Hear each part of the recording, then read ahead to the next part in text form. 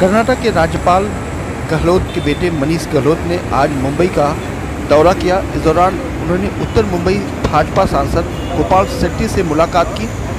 इस मुलाकात के दौरान उन्होंने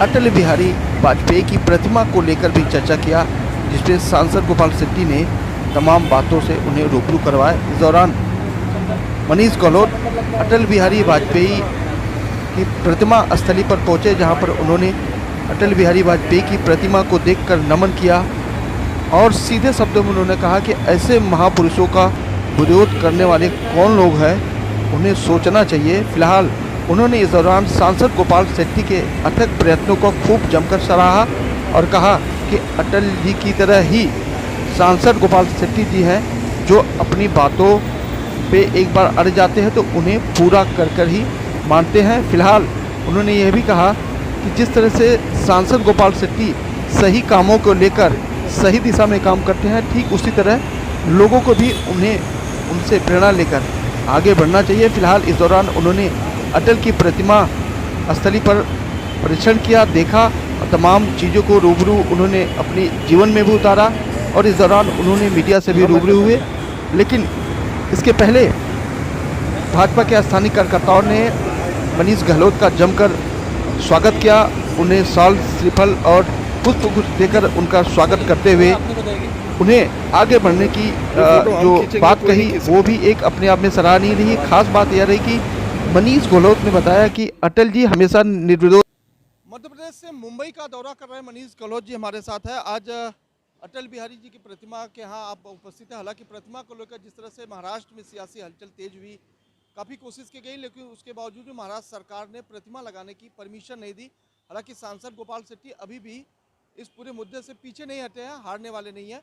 आज आप भी यहाँ पधारे हुए हैं, क्या कुछ कहेंगे अटल जी के बारे में और गोपाल शेट्टी जी के जो अथक प्रयत्न किया उसके बारे में? सर्वप्रथम महाराष्ट्र की इस पवित्र धरती को नमन करता हूँ।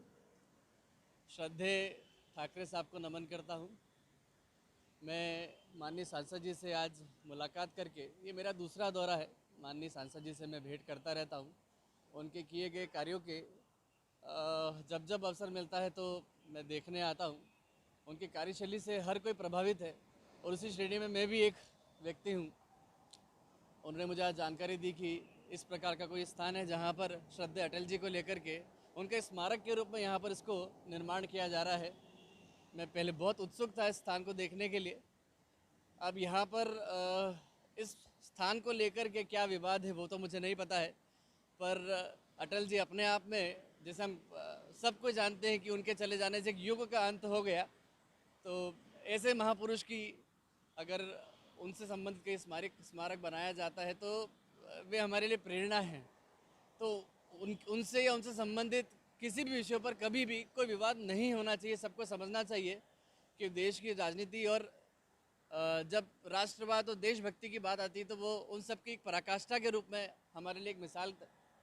मैं आकर यहाँ आप सब लोगों के बीच में आकर बहुत खुश हूँ, भाग्यशाली हूँ कि जी, जैसा कि आपने कहा कि अटल जी को लेकर कोई विवाद नहीं होना चाहिए, सेम उसी तरह की बातें गोपाल शेट्टी जी हर बार कहते रहे हैं कि मैं विवाद नहीं चाहता हूं अटल जी की प्रतिमा को लेकर। इसी वजह से अब तक प्रतिमा नहीं लगी, अन्यथा प्रतिमा यहां लग गई होती, क्योंकि उनका विचार यही है कि अटल जी हमेशा निर्विवाद रहे हैं। ऐसे में उनके प्रतिमा को लेकर अगर विवाद होता है तो शायद उनकी आत्मा को यह ठेस पहुंचेगा।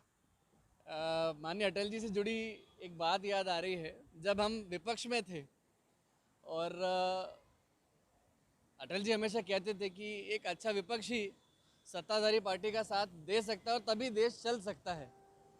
तो जो व्यक्ति इस प्रकार के विचार रखता हो, जब हमारी सरकार थी और हमने परमाणु परीक्षण किया था, उस वक्त कांग्रेस ने जब विरोध किया था तब कहा था कि जब इंदिरा गांधी जी के वक्त जब उन्होंने परमाणु परीक्षण किया था तो हमने उसका स्वागत किया था। तो विपक्ष में रहते हुए अगर हम सही का साथ देते हैं तभी देश का सही मायने में विकास हो सकता है। अब मैं फिर कहता हूं कि यहाँ विवाद किस चीज़ को लेकर है, ऐसे महापुरुष को लेकर भी अगर विवाद होते हैं तो ये बहुत दुर्भाग्य है। कौन लोग इस पर विवाद उठाते हैं, कौन लोग विवाद करते हैं, उसकी जानकारी मुझे नहीं है। बस मैं इतना समझता हूँ कि ऐसे व्यक्ति जो राजनीति से ऊपर हटके देश सेवा के लिए समर्पित थे, सेवा भावी मन से उन्होंने पूरा आजीवन देश की सेवा में लगा दिया। ऐसे व्यक्ति को मैं नमन करता हूं और मुझे लगता है कि सबको साथ मिलकर के उनसे प्रेरणा लेनी चाहिए। जैसे महात्मा गांधी जी की बात करें तो श्रद्धेय गांधी जी की, उनके नाम से जब सड़कें पूरे दुनिया में, हर देश में उनके नाम से सड़कें हैं, कोई भी बात नहीं है। कुछ व्यक्तित्व ऐसे होते हैं दुनिया में जिनको लेकर के किसी को कोई समस्या नहीं होती है, उनकी विचारधारा से को लेकर के, उनके व्यक्तित्व को लेकर के। उनमें से एक हमारे श्रद्धेय अटल जी हैं।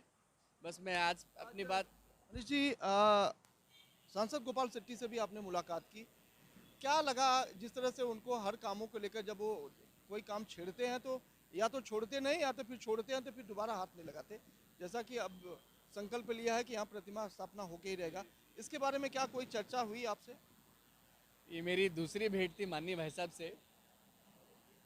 भाई साहब से मिलने से पहले, चूँकि भाई साहब बीएमसी ऑफिस में थे, जिस प्रकार से वे वहाँ लोगों को हैंडल कर रहे थे और नाना प्रकार के विषयों को अपने ही तरीके से समझा रहे थे, चाहे असिस्टेंट कमिश्नर हो, अन्य दूसरे अधिकारी हो, या क्षेत्र से कामों से संबंधित दूसरे जितने भी अधिकारी हो, मैं उनकी कार्यशैली से पहले भी प्रभावित था, अभी भी प्रभावित हूँ।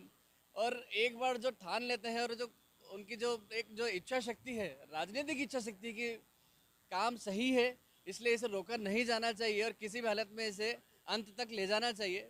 मैं उससे बहुत प्रभावित हूँ और माननीय भाई साहब से यही सीखने को मिलता है कि जो काम सेवा से जुड़ा हो, उस काम को निडर होकर, निसंकोच होकर के लड़ना भी चाहिए, समझाना भी चाहिए। एक आखिरी